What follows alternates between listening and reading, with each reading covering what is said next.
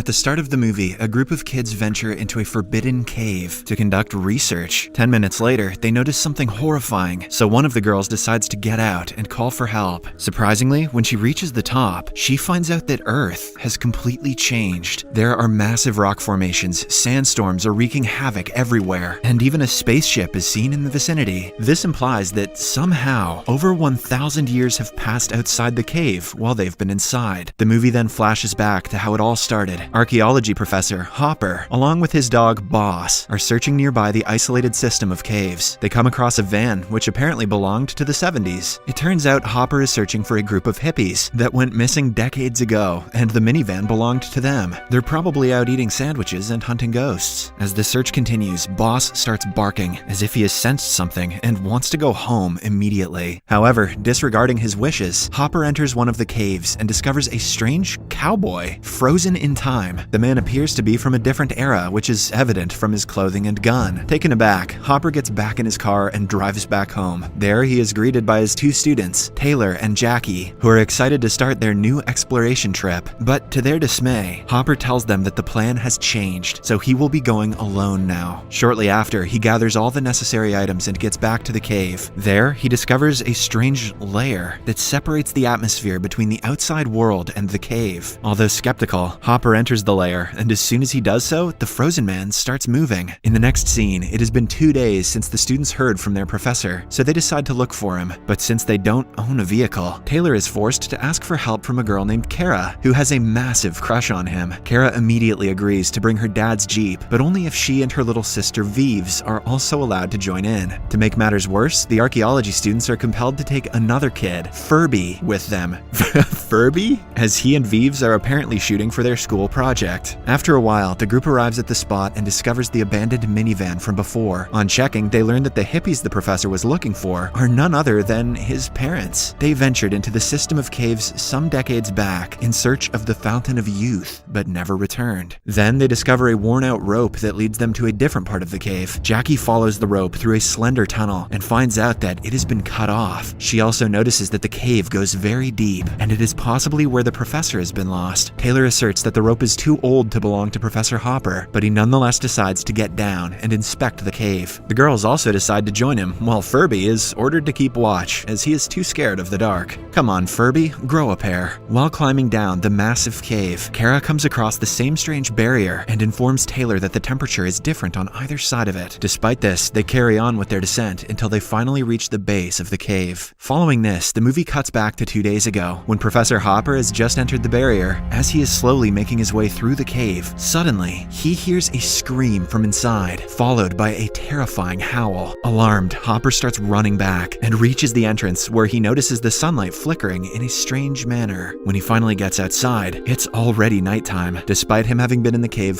for merely 2 minutes. He then hurries to his truck but finds that it has been covered by overgrown plants. In fact, the whole area, which was once a desert, has been covered by dense forest, implying that decades have passed since Hopper entered the mysterious cave. Shortly after, he comes across Kara's dilapidated Jeep and Taylor's backpack, so he decides to get back into the cave to look for them. Back in the present, the group explores the cave until they hear the same terrifying howl that Hopper heard earlier. Scared that something is lurking in the dark, they decide to abandon their mission and head home. Jackie goes first, and as she is climbing, the rope is suddenly cut, causing her to fall from a decent height. As a result, she fractures her leg, while Taylor, who is trying to save her, breaks his arm. Then, Taylor tries to check on the second rope, but surprisingly, it has been cut as well. With this, they deduce that Furby has been messing around with them. An angry Taylor tries calling him from the radio, but the boy doesn't reply. By this time, the group has started panicking, and as they are brainstorming ideas to get out of the cave, a loud thud is heard in the background. It appears as if something fell from above. Scared, Taylor again tries to make contact via the radio, and this time a muffled voice replies, "Help me." Taylor asks about the man's identity, and to everyone's horror, it turns out to be Furby. When I was a kid, Furbies scared the shit out of me too. Left with no options, the group decides to venture further into the tunnel until they come across a place where the sky is visible. Surprisingly, just like Hopper had witnessed earlier, the sun keeps flickering continuously, as if day is turning into night in the fraction of a second. But despite this, the genius Taylor believes that Furby is playing another prank on them with his flashlight. Oh, okay, Taylor, sure buddy. However, to their horror, when they continue inspecting the place, they find Furby lying dead on the side. His neck has been broken, and some nasty marks are visible on his face. The sight devastates the group, and they start fearing that someone is after them. When Taylor finds Furby's cut-off rope, they become sure of it. Fortunately, the group finds the little boy's GoPro still in working condition and decides to check what caused his demise. In the video, Furby is waiting for the group to return for days, but to no avail. He tries everything, calling them through the radio, screaming through every hole in the cave, and even throwing rocks for a hint, but never gets any response. When he gets bored, he wanders through the nearby area and comes across the hippies' minivan from the 70s, which has a journal inside of it. The journal mentions that the mysterious cave contains a fountain of youth, which can miraculously heal people or even bring the dead back to life. And this is the reason why Hopper's parents went into the cave, as his mom was suffering from a rare form of cancer. A few more days pass by and Furby has exhausted all his food and water supply. Assuming that his friends are dead, he decides to leave the place, but for that, he needs the Jeep keys from Taylor. Hence, he decides to climb down into the cave and retrieve them himself. But when he crosses the mysterious barrier, he notices the sky changing rapidly. Before he can make sense of the phenomenon, the rope snaps automatically, resulting in a deadly fall. This is the thud the group heard earlier. Once inside the cave, the radio starts working, so an injured Furby tries calling out for help, but unfortunately, this only draws the attention of some man-eaters, who arrive there and kill him mercilessly. The footage leaves the group in a state of shock, confusion, and sadness. They're perplexed as to how Furby spent days outside, while it has only been 30 minutes for them inside the cave. Now the group is desperate to get out of the place. Since Kara is the only one who is fit and not injured, she is tasked with free climbing her way out of the massive cave. Before leaving, Taylor hands her a beacon so that she can alert the authorities as soon as she gets a signal. After a bit of a struggle, Kara finally gets out of the cave, but what she notices leaves her dumbfounded. The area, which was once covered with dense green forest, has turned into an uninhabitable barren land, with sandstorms brewing in the distance. The oxygen supply is also very low, because of which Kara keeps on coughing. Scared, she climbs up to a rock and tries to get a signal on the beacon. As expected, Kara does not get any signal, but she notices a strange spaceship-like object floating in the distance, indicating that the time has moved on by several millennia. When she gets back into the cave, Taylor and the others are upset that she didn't even try. It turns out that while Kara was outside for a whole 30 minutes, only a few seconds have passed for the group inside the cave. Enraged that her efforts are not being appreciated, Kara shows her camera, which verifies her claim that she did in fact go outside. In the video, the strange deserted world and the massive sandstorms are all visible. Finally, Taylor deduces that for some reason, the time inside the cave is slowed down, and every time the sun flickers, it means that one day has passed. Finally, about time these noobs figured that out. He adds that this is the reason why the ropes were being cut off, as the friction over the years made them fragile. Oh, I hadn't figured that out. Hearing all this, Vives decides to rewatch Furby's footage once again, and when she does, she discovers something shocking. In one of the frames, the sky is changing its color, with the dark sky being the winter and the light one summer. This concludes that every second inside the cave is not a day outside, but in fact, an entire year. The revelation terrifies the group, and they become even more desperate to escape. Once Kara gains her energy back, she again attempts to get out of the cave, but just then, a futuristic-looking ladder is thrown in out of nowhere. Then, a giant alien-like figure starts climbing down, prompting everyone to back off. When the alien reaches the cave, suddenly, a barbaric man-eater attacks him. A fight ensues between the two, but the giant alien easily subdues and ties up the man-eater with a high-end electronic device. Then he starts going after the group, causing them to flee in terror. After a while, Taylor and the gang arrive at a mysterious place where a group of man-eaters are devouring their recent victim. It appears to be the same cowboy from the start of the movie. Unfortunately, the man-eaters notice the humans and begin chasing after them. In order to buy others time to flee, Taylor makes the ultimate sacrifice and fights the beasts alone. Sadly, he is of no match, and the man-eaters brutally finish him off. Once they leave the place to chase after the others, Kara sneaks inside and is devastated to see Taylor laying dead. As she weeps in despair, the giant alien approaches the two and drags Taylor to a small pool of water, which appears to be the fountain of youth. Lo and behold, he comes back to life, and the myth which was always laughed at by others turns out to be real. But before the group can rejoice, the man-eaters return and start attacking the giant. This time they outnumber him and even manage to take his helmet off, which leaves the giant gasping for air. Luckily, before he can be finished off, Kara and Taylor help him out and eventually trap the man-eaters with his equipment. After the altercation, the couple tries to help the giant up to his feet, but they fail. It appears as if the oxygen inside the Earth's atmosphere is poisonous for him, causing his internal organs to fail. At the same time, Vives and Jackie also arrive there and notice the devastation lying around. Before dying, the giant displays a news report about the group's disappearance from several millennia ago. He also shows them many other clips which indicate that the living conditions on Earth have become uninhabitable, so the humans have left for another planet. A special spaceship called the Ark is responsible for transporting the humans, and it is the same object that Kara had seen earlier. After providing all this information, the giant passes away. In the next scene, as Taylor searches the cave for more clues, he suddenly comes across Professor Hopper lying injured on the floor, but what he sees next shocks him to the core. In front of him are several other layers of time, which move at even slower rates. In the first layer, Hopper's parents are frozen, while in deeper layers, several prehistoric men are fighting one another to seize the Fountain of Youth. Hopper then explains that the whole system of caves is designed to keep humans out and other organisms from using the Fountain of Youth. Taylor tries to escort him back to safety, but Hopper insists on staying there. Shortly after, Taylor returns back to his group and puts the dead Furby into the Fountain of Youth. Jackie also heals her injured leg there, but just as they are about to leave, the barbarians again surround them. With nowhere to go, the group decides to use the high-tech ladder from the alien. Kara goes first, but when she reaches the top, she finds out that the entrance has been filled with water. Suddenly, a creature yanks her up, much to the horror of the remaining group. Now, Taylor and the others are in a perilous situation. If they go up, the creatures will kill them, but if they back down, the barbarians will eat them. A few seconds later, a fully transformed Kara returns to the cave and pulls everyone with a high-tech rope. A while later, she also pulls Furby, Professor Hopper, and his parents. It turns out that the creatures that pulled Kara earlier are actually human beings that evolved with the change of time. And despite Kara having been gone for mere seconds in the cave, she in fact lived several years outside. In the final scene, the group is brought to the Ark, which is on its course to look for a new planet to live in. The Ark is being controlled by evolved creatures who speak a completely different language. The movie ends as the spaceship blasts into space, leaving the blue planet behind